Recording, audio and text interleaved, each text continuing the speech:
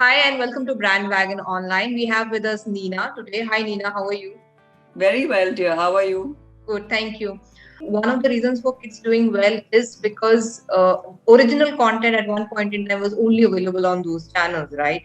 When there was no shooting happening, but because you had so much of animation and graphics, so you could let that come into, and that aided in the growth of the channel, right? You said the genre share, which increased to 9%, has come back to 7%.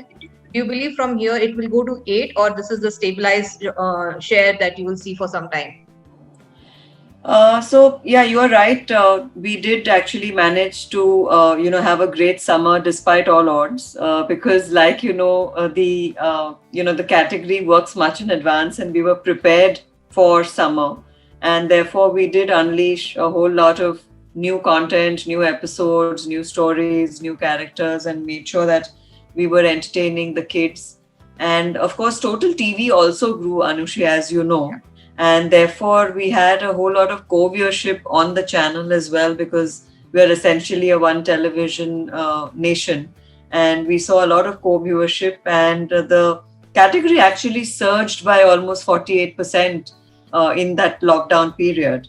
And on a Total TV level, the genre actually moved from a 7% to a 9%. uh, of course, I think that was slightly unnatural as well, because soon after that, we did see original content coming back on GECs, but we also did go back to school, Yeah. and schools have started as well. And so a lot of that, impacted, and the genre share has gone back to 7%. But having said that, if you look at it in absolute numbers, the category is up still by about 26% if you compare it to pre-COVID, which Okay. means that even though the channel share is, I mean, the genre share is only 7%, and that's also because the Total TV has grown and viewership has grown, and therefore the genre dropped. But as a category as a whole, if you were to compare it to pre-COVID, in absolute numbers, we are still up by 26%. We do expect a surge in Diwali and Christmas as well. Perhaps not as much as we had earlier, but we will continue the good run on the kids category with, and especially because, like I said, the category and Nickelodeon has been planning much in advance. So we are now also ready for our big burst in Diwali and Christmas with new stuff. And we did talk to you about our 10th new IP, which is Happy and Pinaki Bhoot Bandhus. And we're really looking forward to having a 10 on 10 year in 2020.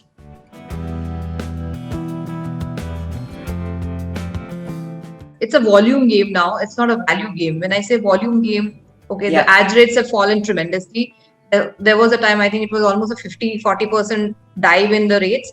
Now this is where I come. How much for kids genre you saw it down, going down? Did it actually go down or it went up? What was the trend in the kids genre for that? So to be honest, if I were to compare it with the other genres in Viacom 18 itself, I think kids was the least discounted.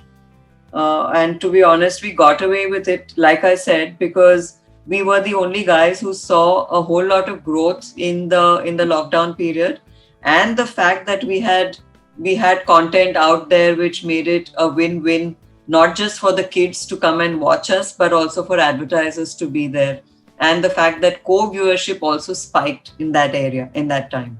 So to be honest, we were not as much as full as we would have liked to be from a volume perspective, but we were the least discounted genre.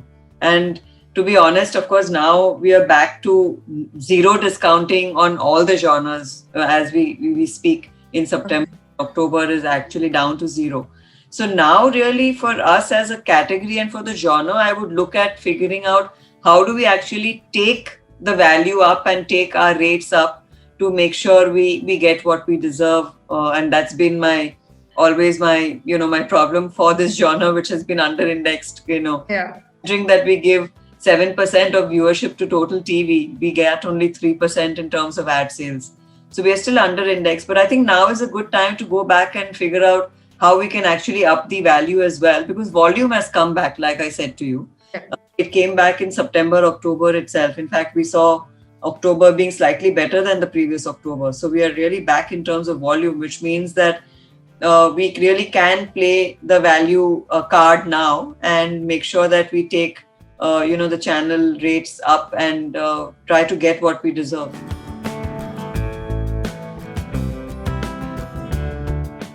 You see some kind of drop in advertising after January, or you think this will continue in some or the other way? I think the trend is going to continue because the economy is opening up. There is a lot happening out there from an economy perspective as well. I think people will have disposable income as employment is coming back, and you're seeing all the migrants are almost coming. In fact, most of them have come back, if not all of them yet. So you do see a lot of surge. You've seen a lot of consumer durables out there. You're seeing a lot of e-commerce, and I don't think some of this is going to go away in a hurry. So I think a lot of that is here to stay, and there are a lot of brands that have come to television per se, which I think are here even in the new norm, even after the festive gets over. And for example, e-commerce, e-wallets, Amazon, PhonePe, Amazon Pay, Flipkart. If you look at even edutech brands, have suddenly seen a surge, and none of that is going away in a hurry. So brands like Vedantu, White Hat Junior, Byju's, all of them have really taken to media in a big way, and television particularly. And I think some of this is here to stay as well. So while you may see a big burst now, I don't think it will go back to a dismal level come January.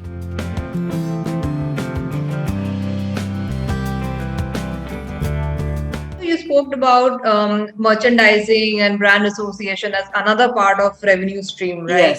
Yes. How much percentage of the revenue comes from that? So those are very baby steps, if you ask me, and those are win-win solutions for advertisers as for us and us, because that's about product licensing, promotional licensing, and it is about Motu Patlu and Britannia cakes, for example, coming together as a marriage. Yeah. And that works beautifully for them as well as for us, because you're putting the product out there in a very peculiar, endearing manner to the child, which is clutter breaking as well. But is that a revenue getter where it can become mainstream revenue? I don't think so, because the FCT and 12 minutes an hour is what eventually will be the bread and butter. The jam is all that we get from all of this non-FCT, which is sponsorships, KCA, product licensing, promo licensing, product placement as well. Mm-hmm. It will never become the bread and butter of the business. We are developing stuff, and we are now doing direct to retail a lot, and we are going back with AGO and everywhere where the product is being sold online. But that will take its time for sure.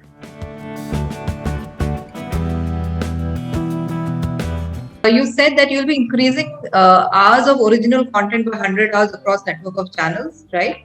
Yes, Nickelodeon franchise. Yeah, Nickelodeon franchises.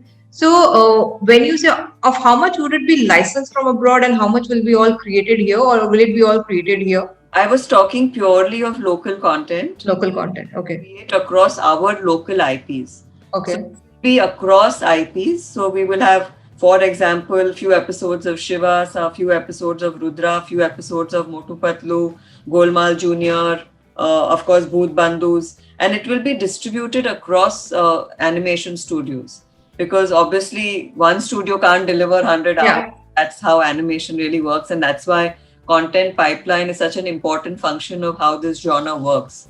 So all these studios put together and all the IPs put together and all the movies and series put together is what will give us, the 100 hours. How do you see kids as a genre evolving over the next 1 or 2 years? Because again, as much as there is content available on TV, and India is a growing TV market, the number of TV households are still not much one would expect. As a brand, and our DNA is about entertaining and engaging with kids, we wanted to be on every screen that they are on. And therefore, from that perspective, we said we will create IP that enables us to do that. So one is, of course, our own content and IPs now rests on a television screen. It also rests on an OTT app, which is which Wood is Kids. Yeah. it also rests in the form of engagement and games. We have about over 500 games now on on mobile screens if kids wanted to play with us, engage with us. So it is about developing IPs that help us to move from screen to screen. And if they choose to see us on any screen, we should be available. So it was about being available on the screen of their choice. Yeah, so that was one strategy, and therefore clearly investing in local content and IP where we can actually give it and manifest it in any way we wanted to, whether it was in mobile games, mobile apps, whether it was on OTT app, whether it was in consumer products or any such, manifestation we wanted our IP to take. The other whole strategy was, and you'll be, amazed to know that during some of our research that we do on the brands, and this one particularly came out after a track study that we did with IMRB, we do equity studies with them.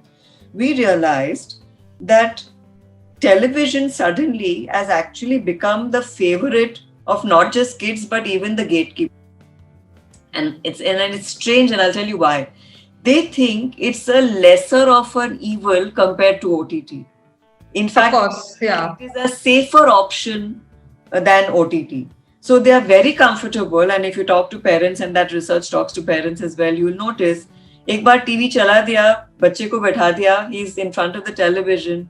There is absolutely no fear in the parents' mind to say, my child is safe.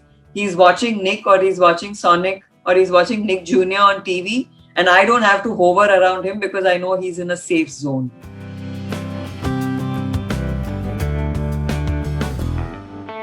Some idea about the OTT growth of Wood Kids or the kids genre on OTT?